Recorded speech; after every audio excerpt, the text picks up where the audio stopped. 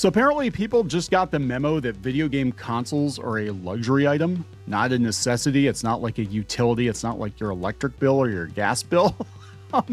So we talked the other day about PlayStation 6 possibly costing over $1,000 at launch. And we've got some people that are absolutely losing their mind over this. Like, I think it's way too damn much to pay $1,000 for a PS6 whenever it comes out. But people are shocked because they're like, well, wait a second, it's a God-given right to have a video game console. And we're gonna read some of the comments here because that is the real story, just the reaction to this. So before we get into it any further, please subscribe for more pop culture news, views, and rants, guys. This is Kneon, this is CLOWNFISH TV, and this is people starting to realize that Sony is a for-profit company, that video games are not a God-given right. So Deserto put this up. Next-gen PlayStation and Xbox consoles could cost almost $1,000, with console gaming becoming a luxury expenditure, according to analysts via Games Radar. People said a luxury expenditure. Everyone disliked that. Nuketown better look like this. The prices go up, the quality goes down, says random guy. Welcome to the new age of monopolies. Some of the other comments here. This is good. It's about time companies stopped giving their consoles away to toxic fans. Workers deserve a fair wage. This person says, I understand where you're coming from, but if people can't afford to buy the product, those workers won't have a job to begin with. No, they'll just replace them all with AI.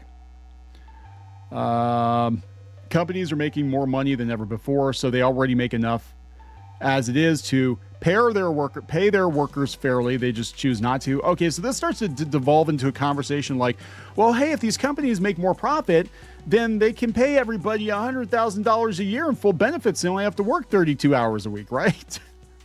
That's bait. Yeah, 100% that's bait. Every day I get fatigued. Your bait is weak. They're just not going to F you. You are genuinely R-worded. Let's see. Blue check. R-word take. Hope the $1.38 in engagement was worth it. You think these increased profits are going to the workers? Yeah. So like, look, I mean, I get it to some degree, but no, I agree with Marino 4K. You think the increased profits going to go to the workers? The greedy executives are laughing all the way to the bank. Yeah. What they're going to do is they're going to thin out the herd, which they're already doing, using AI as an excuse, using some huge misfires as an excuse. And then they're going to jack up the price of the console and they're not going to pay the workers anymore. That's how it works, right? They're going to have fewer workers. They might pay some people more if they make hits, but yeah. Loss leaders are a viable business practice. It's helped gaming become what it is today. You're either R-worded or rage baiting. How could you say something so brave yet so R-worded? Man, is that like the word of the year or something now? People are like, huh? Here are some of the quotes. Let's go on to some other. This is just crazy. Anish Munka says, your PS5 cost $399 when you bought it in 2020. Starting this week, that same console costs $599.99. Yeah, that is insane. It's a 5-year-old console. 6-year-old console. The Pro is $900. Every console in history got cheaper over time. The PS5 is the first to go in the other direction. Actually, the Xbox, I think, did it first. But yeah, same this generation, for sure.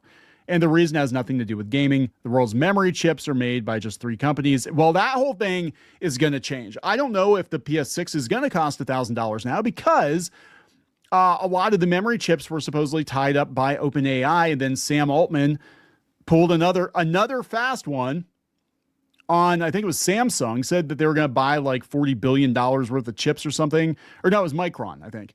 And then he walked that back. So now there might actually be a surplus of RAM. So maybe the prices will go down. Who knows? Maybe the PS5 will cost $19.95. So I just want to compare here. We'll go out and read some more comments, but yeah, everybody is like really flipping out about this. And, I mean, I get it. We've been used to consoles being cheap for a long time, but if you go back to the very beginning and you actually adjust for inflation, right? The Atari 2600 in 1977 cost $199.99. In 2026 dollars, that's over $1,000. It's $1,020. And I remember as a kid, I did not have an Atari when it first came out. I got one, it was early 80s, I don't know. It was already, like, I think the video game crash had already happened. I'm trying to remember. I mean, it was a long time ago. I think the video game crash already happened. I did get an Atari, but it was a used Atari because they cost so damn much. And, even my family, they're like, yeah, we're not paying what would have been $1,000 for a gaming console back then to play freaking Pong and, Space Invaders. So yeah, this stuff's always been expensive. Computers back then, like Macintosh computers were thousands of dollars, right? It's like buying a car now. The 90s. Okay. So here we go. Oh no, this is 1980s. Okay. Yeah. And television would be $1,200 today. ColecoVision would be $640 today. The NES would be over $500 today. The TurboGrafx would be $500. Here's the 90s. So the Genesis would be $475. The Super NES would be $455. The 3DO would be $1,500. In the 2000s, the PS2 would be $540 today. The Xbox would be $525 today. The GameCube would be $350 today. So these are actually, I'm going to be honest, these are actually comparable prices. The problem is the inflation, right? The problem is inflation. But these are comparable prices. Now, a lot of these consoles, I know, especially the PS3, was sold at a loss.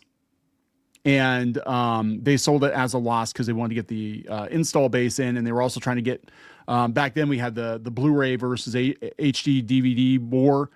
And to win that, Sony basically gave people a free Blu-ray player, gave them however you want to look at it. A lot of people bought the PS3 just for the Blu-ray player because it was the best deal out there. Get a gaming console and a Blu-ray player for one price. And that really helped increase the install base. And they won that. They won that hands down. So I don't know. But yeah, some of these are just like wild. Michael here says, if the Steam machine is able to release at a reasonable price, the consoles are cooked. I don't know if they're going to be able to. It's a Gundam says, it's over. Gaming is now officially a luxury. Well, it's so weird because I remember, we talked about this before when the PlayStation 5 came out and they gave one to, I think it was Kotaku or Polygon. I can't remember. It's the same thing. Kotaku and or Polygon. And they did a review for like the first 2 paragraphs, and the rest of the article was complaining about Trump and how guilty they felt being able to enjoy a video game console, a new video game console with Trump in office and the pandemic and all this stuff. And I was like, oh my God. So it's always been a luxury item, but just to see people just losing their shit over this. Nintendo and PC it is. Razor Fist said, I bought my last PC for a couple $100 more than that, maybe a bit less. Join the PC master race. Yeah, that's why I'm trying to tell people, like, they have this weird idea that like to get a decent gaming rig, you've got to spend $3,500 or something. And you really don't.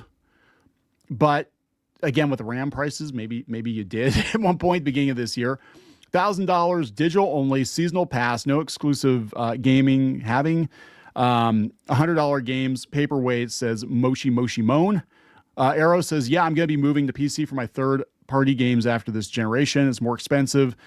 But if you pay $80 a year for PlayStation Online for the entire gen of 6 to 7 years and $1,000 console, you're not going to be much far off from the PC prices. Yeah, I think that's fair. I don't know how or when, but one day these prices, subscriptions, AI layoffs, and the decline of physical media will all culminate into this massive bubble of shit that eventually explodes. I think, Jolly J, I think we're there. I think we're getting there.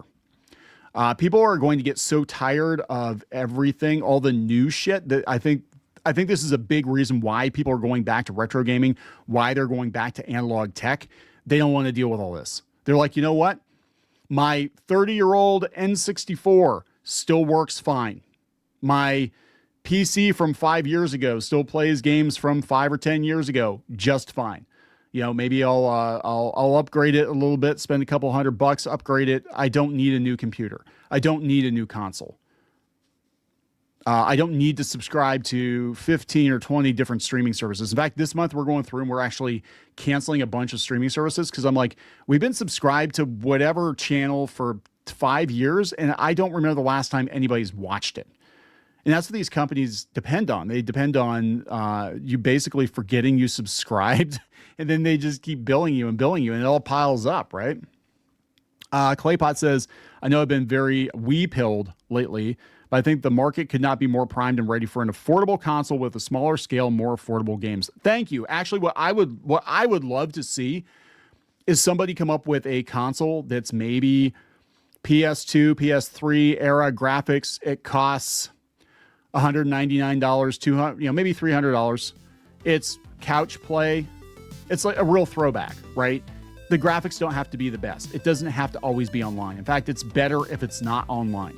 And people are going to be like, oh, the Evercade. I'm like, yeah, the Evercade. Yeah, that's not exactly what I'm talking about. I'm talking about like a new console that feels like something from 20 years ago, and it plays physical games, new physical games. The Evercade's more of a retro emulation machine. So that's what I'm talking about. I'd love to see it. I would love to see it. Just old school. You know, you take it to your friend's house. It's got 4 or 6 ports for controllers. There's party games on it. There's couch play. You gather around the TV just like we did back in the day. It's got a CRT mode on it or something. That'd be pretty cool. I'd love to see something like that. And I think there's a need for that because people are over modern gaming. So this is the culmination of a lot of different issues. And we're seeing the video game industry implode right now. And I did a video on that the numbers are there. It's crashing. The AAA industry that we have known for the last, decade or whatever, it's crashing. So they're going to have to figure out something going forward. But yeah, people aren't having it with the $1,000 console. Going to wrap it up. Please subscribe. We'll talk later.